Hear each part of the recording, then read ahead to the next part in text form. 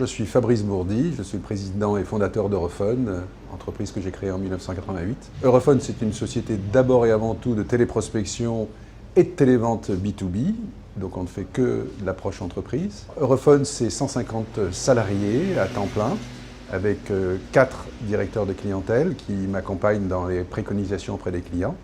Et le reste des collaborateurs sont des opérateurs de prospection qui sont donc tous en CDI avec des niveaux d'expertise tout à fait au point pour faire l'approche du marché B2B.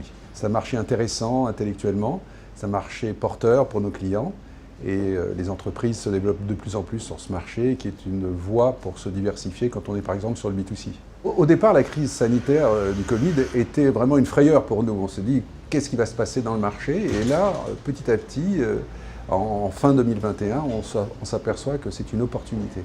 Le téléphone revient en force et on a besoin de ce côté relationnel avec ses prospects, avec ses clients, pour pouvoir faire du business tout simplement. Ce qui marche en ce moment, c'est d'abord la lead generation, comme on dit, c'est-à-dire l'apport de rendez-vous ciblés, d'affaires auprès des forces de vente de nos clients. Ça, c'est ce qui marche depuis longtemps et qui s'est renforcé ces derniers temps.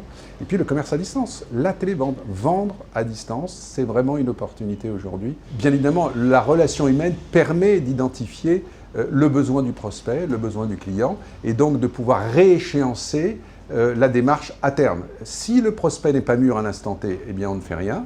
On le laisse reposer et mûrir. Et puis le téléphone va servir de relance à moyen terme et donc de rappeler à 6 mois, à 1 an et demi, en même temps que les actions de marketing digital vont entretenir leur relation avec le prospect.